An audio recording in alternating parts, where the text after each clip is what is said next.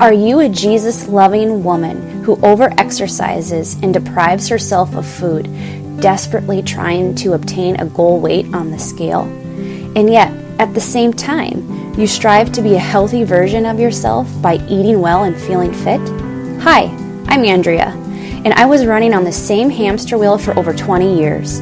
My toxic body image and eating disorder stole my joy and self-respect. Thankfully, God was always with me, fighting my battles and blessing me with the grit to reclaim my life. I'm off the hamster wheel, but I see you still stuck in the cage, and I want to help free you too. Journey with me every week. I'll share personal stories, tools, mindset shifts, and the practical steps I took to heal my unhealthy relationship with food and exercise. I don't believe food and exercise are the problems. I believe they're part of the solution. Instead, I'll teach you how your mindset and faith are the keys to healing. Get ready to navigate your newfound path to healing. Get ready to reclaim your self-worth. Get ready to realign with your God-given identity. For in this identity is where you find true wellness and healing. When you are well, your gifts shine into the world. Shine on, babe. Let's do this. I'm Andrea Carroll, and this is Good Vanilla.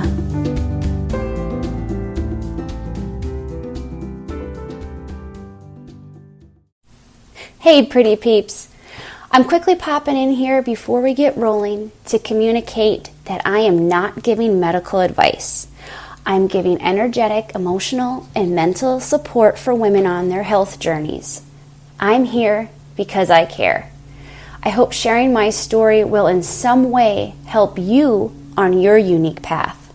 Okay, let's dive in. Hey friends, thank you for coming to hang out with me today. I wanted to share an insight I have around the act of healing. Healing is a buzzword, in my opinion, or a word that we hear a lot about. And rightfully so. We all are healing from something in one way or another. There's been a lot of focus on the act of healing. And that is great. It needs to be done. But if you are feeling stuck in your healing journey, this episode is for you. The definition of healing is the process of making or becoming sound or healthy again. The process of making or becoming sound or healthy again. And when I read that, that sounds pretty complex to me. First of all, what process are you going to choose, right? What one's going to work? And becoming sound or healthy again, once again, when I read this, I just think of work, like a lot of work. And it does take work, but there are times when you're feeling stuck and you're exhausted and it feels like all you've been doing is the work and you're wondering how you're going to keep going on. Like, how do I keep going forward? It's just so hard, but you want to heal.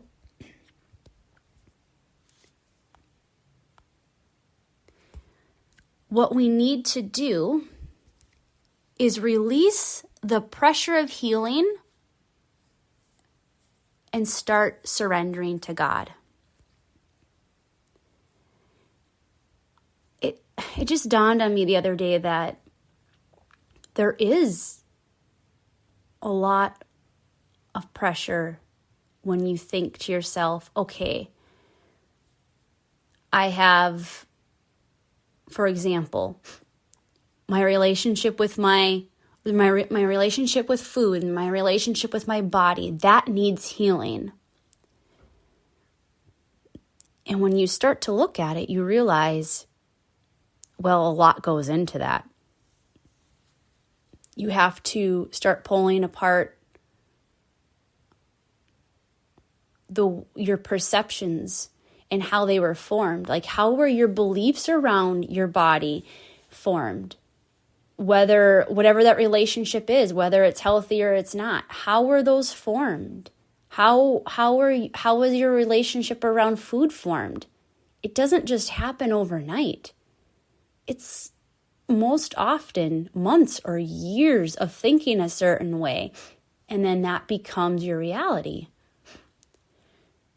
So yes, healing is a process, and I do think it is easy to get stuck in it. So if you are getting stuck in it, you need to release the pressure behind healing. You have to start surrendering to God. Because healing also requires you to act. How do you heal? You put in the work, you read the books, you see the therapist, you join the support groups, you listen to the podcasts, you do the inner work. And I'm not discrediting each of those important pieces of healing. You have to put in the work, that's for sure. But ask yourself, are you doing the work alone? Have you asked God to walk alongside you on your journey? Because He is the ultimate answer. Right? Jesus and God. Jesus is He's our personal guide. He's your personal guide in your life's journey.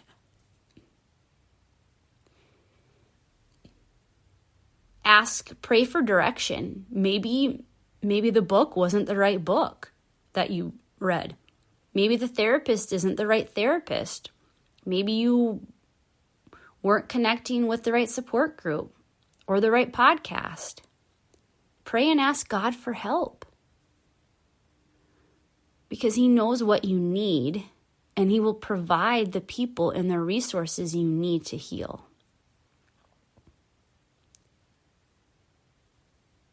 When you go into overdrive and you start grasping for everything, that control, if I do this, I can heal. If I do this, I can heal. You have to have the faith and release that desire to know what's ahead of you, to make your own path. And you have to release that, and you have to rely on God.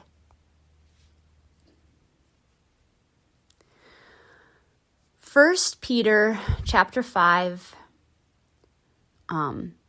verse 6 says, "Trust in and rely confidently on the Lord with all your heart, and do not rely on your own insight or understanding. In all your ways, know and acknowledge and recognize Him, and He will make your path straight and smooth, removing obstacles that block your way." So whatever is blocking your healing, you have to trust in God and stop trying to figure out the process on your own. Stop trying to do this. It's not easy. You hear it everywhere because everybody wants to do it. Everybody wishes they could heal whatever hurt they have inside, whatever's going on in their lives. And it's not that we shouldn't seek to heal. It's that we need to have God walk with us. We need to have Jesus walk with us when we're healing. We need to ask Him to come along. I love the story of Matthew, the book of Matthew, I think it's chapter 9, where Jesus heals the woman who was bleeding or hemorrhaging for 12 years.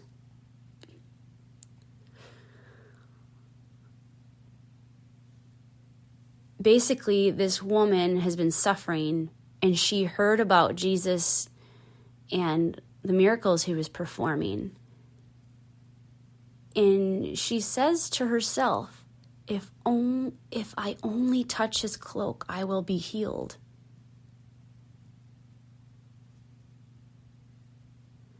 It wasn't a process. She didn't have to think, okay, so he's the answer. She had the faith that Jesus was the answer for healing. She said that to herself, and when she reached out and touched Jesus' cloak, he turned to her and he saw her, and he said, "Take heart, daughter. Your faith has healed you." And the woman was healed at that moment. That sounds really easy, doesn't it? It's like, I love this Bible story so much because when I was in my late teens and my early 20s, I was suffering terribly with chronic pain. Like, I couldn't, when I would stand for more than 5 minutes, I would feel like it would start in my feet and just work up my body. I had bad plantar fasciitis. I injured myself running, and I could not heal. I went to all these doctors, and eventually, I was at a foot doctor, and he said, "I can't do anything for you anymore." Then he sent me to a rheumatologist because then he thought maybe I had something like fibromyalgia because my pain was very similar to that, like a building pain. He couldn't do anything. I went to another well-known and respected doctor, and he simply told me to take the max amount of ibuprofen, which is like 12 pills a day or something crazy.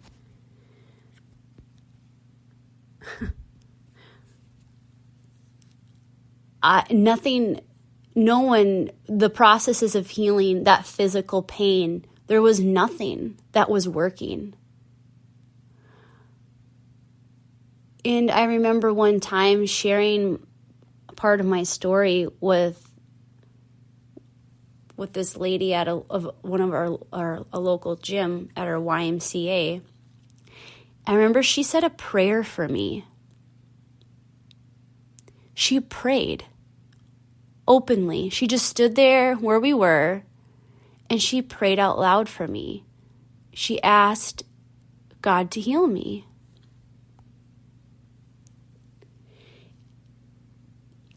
And around that time when she said that prayer, one evening I was very, very defeated.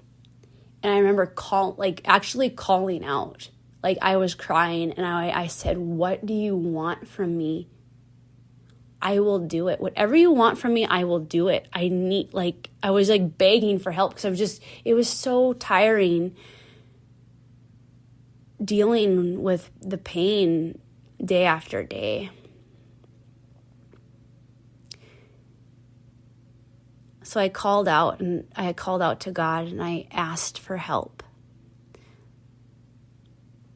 So that, along with that prayer, it was like within like a week or so after that, or I don't even know if it was that long, all of a sudden we find my husband, who was at the time my boyfriend, he found through talking to people he knew, he found a massage therapist that people said helped them greatly. And he just had a feeling about him. Adam just had a feeling about this guy. I was like, "Hey, heard about him. I think you should go try him out." And I did. And I had been to other massage therapists before for the same reason, for my chronic pain. And there was really nothing. There was no change. There was no change at all. But the technique, the full, how all your systems are connected in your body. His philosophy and his approach to massage therapy was full body, and that's what I needed. And week after week, month after month, I slowly got better. And to the point where I got my life back. Like, I was no longer in pain after 5 minutes of standing or 15 minutes of sitting. I really felt like my life was given back to me, because for anyone that has chronic pain, you know how it just destroys your day. So the point is, it's not so much what I was trying to heal from, it was how I went about healing. You can do all the textbook right things to heal, or the right process. You can go through all the processes of everything that you need to do to heal. And you can get stuck. If you are stuck, you need to check in with your faith. You need to ask God, you need to ask Jesus to walk alongside of you. Because that's where true healing comes from. Comes from Jesus. Comes from praying and connecting and surrendering to Jesus, surrendering to God. I believe the only tried and true process to healing is through prayer. It doesn't matter what you are trying to heal from. If you are trying to heal your relationship with your body, trying to heal your relationship with food, it's all the same. It's all hurt. And it's healing. It's the potential for healing, the potential to reconnect with your relationship, with your faith into God and to Jesus. So take the pressure off of healing and start focusing on what ways can you surrender, where can you add more prayer. Stop the negative spiraling thoughts with the prayer and the surrendering. And remember what Jesus told the lady that reached out and touched the hem of his cloak. Your faith has healed you. Friend, your faith has healing powers. That is the process that you should be focusing on in your healing. Your faith has healing powers. Take care, have a great rest of your day, and I'll talk to you next week. Hey there, beautiful. Do you feel like every step forward in your healing journey, you are met with setback after setback? It's like it doesn't matter how much effort you put into feeling better about your body, feeling better about your relationship with food. It doesn't matter what it is. Whatever you are trying to heal in your life, do you feel like the work you are putting in is constantly being erased by a trigger? Well, I hear you. I'm seeing all the comments online about people trying to heal their relationship with their body and with food, and it seems like triggers are something that are relentless in your life. They will not give up their grip on you. Here's the thing. Triggers are not going away, but there's something you can do about it. You have the tools, you have the capability within you to fight back. And to help you do this, I created a little workbook, a free download for you to get right now and start working on fighting back against your triggers. It's my 3-step process to tame your triggers. I walk you through, there are journal prompts in the workbook that walks you through exactly what you need to do to set up your own plan so that you are prepared the next time a trigger strikes. Friend, take back your life. Take back the control. Don't let triggers have control over you. The link for the download is in the show notes. Go download it now and take the first step to defending your life and defending your well-being. You got this, friend.